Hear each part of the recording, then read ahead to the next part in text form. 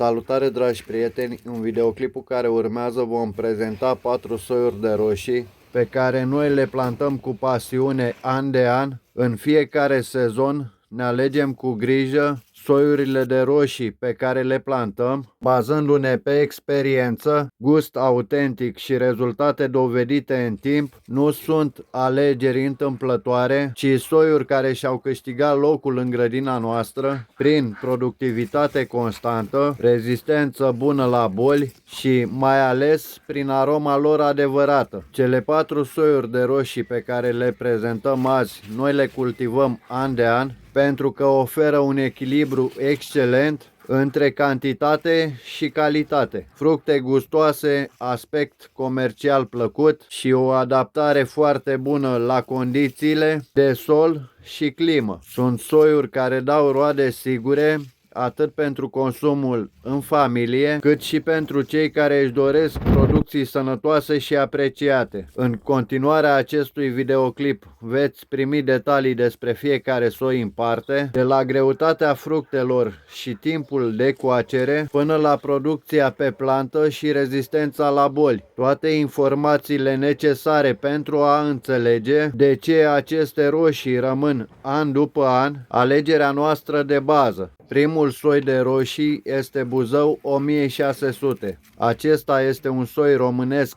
de tradiție, creat la stațiunea de cercetare legumicolă Buzău, special pentru cei care apreciază gustul adevărat al roșiilor de altă dată. Este un soi adaptabil condițiilor de climă, apreciat pentru echilibrul dintre calitatea, producție și aromă. Fructele sunt mari, rotunde și ușor turtite, de un roșu intens și uniform. Greutatea unui fruct este în medie între 180 și 250 de grame, iar pulpa este cărnoasă, suculentă, cu puține semințe și un gust dulce, acrișor, plăcut. Planta este viguroasă și bine dezvoltată, cu creștere continuă pe tot parcursul sezonului. Un singur fir poate produce în medie între 4 și 6 kg de roșii, iar în condiții bune de îngrijire poate ajunge și la 7-8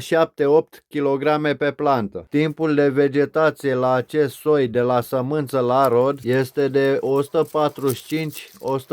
145-150 de zile, oferind o recoltă bogată și constantă. Buzău 1600 este un soi apreciat și pentru toleranța sa bună la bolile specifice tomatelor, cum ar fi mana și alternarioza. De asemenea, fructele au o rezistență bună la crăpare, ceea ce le face potrivite atât pentru grădină, cât și pentru producție destinată vânzării locale, iar acest soi de roșii poate fi plantat și în solar și în afara acestuia. Al doilea soi pe care îl vom prezenta este Inimă de Bou, selecție locală. Acest soi este apreciat pentru fructele sale mari. Greutatea unui fruct în medie este între 250 de grame și 400 de grame. Frecvent apar și fructe peste 450 de grame, cu forma ovală spre inimă uniformă, de culoare roșu intens la maturitate, coaja subțire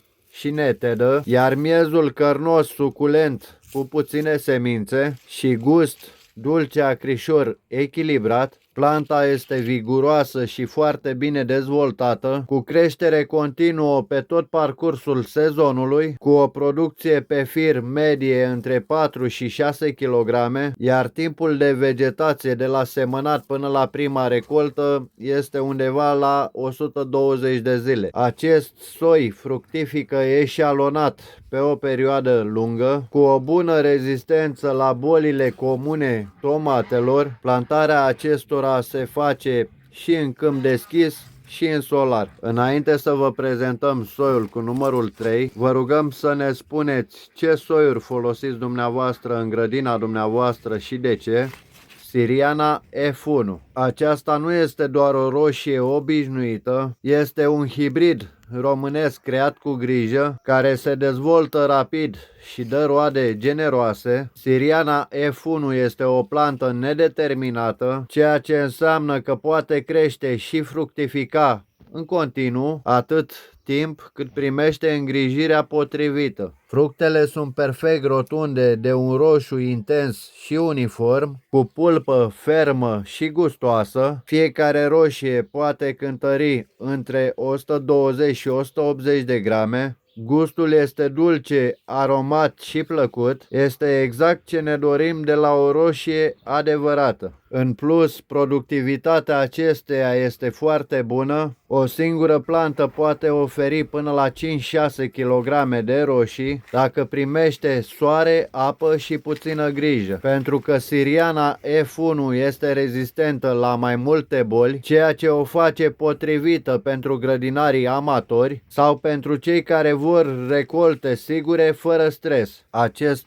hibrid are o perioadă de vegetație de la 95 la 105 zile, de la semănat până la primele roșii coapte. Acest hibrid poate fi plantat și în solar și în afara acestuia. Acum să vă prezentăm al patrulea soi care și-a câștigat dreptul în grădina noastră. Este vorba despre soiul Beef Master F1. Este unul dintre cele mai apreciate soiuri de roșii, remarcat prin fructe foarte mari și producție constantă. O rezistență excelentă la boli, este alegerea ideală atât pentru grădinarii pasionați, cât și pentru cultivatorii care urmăresc randament și calitate. Planta este viguroasă, cu o creștere nedeterminată, bine echilibrată și adaptată atât culturilor în câmp deschis cât și în solari. Leagă fructe uniform pe mai multe etaje și asta chiar și în condiții mai dificile de temperatură. Fructele acestui soi sunt mari spre foarte mari, rotunde, ușor turtite, pulpa este densă, cărnoasă și cu puține semințe, iar gustul este echilibrat,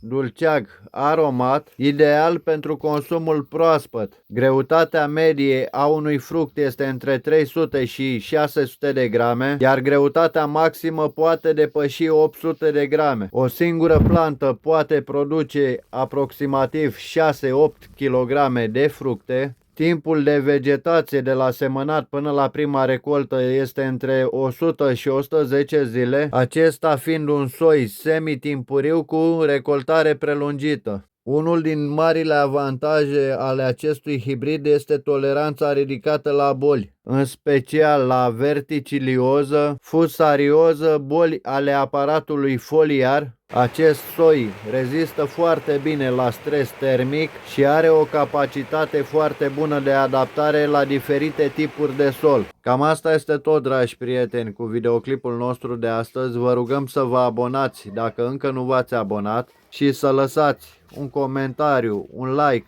și o distribuire. Vă mulțumim frumos că ne urmăriți. Sănătate!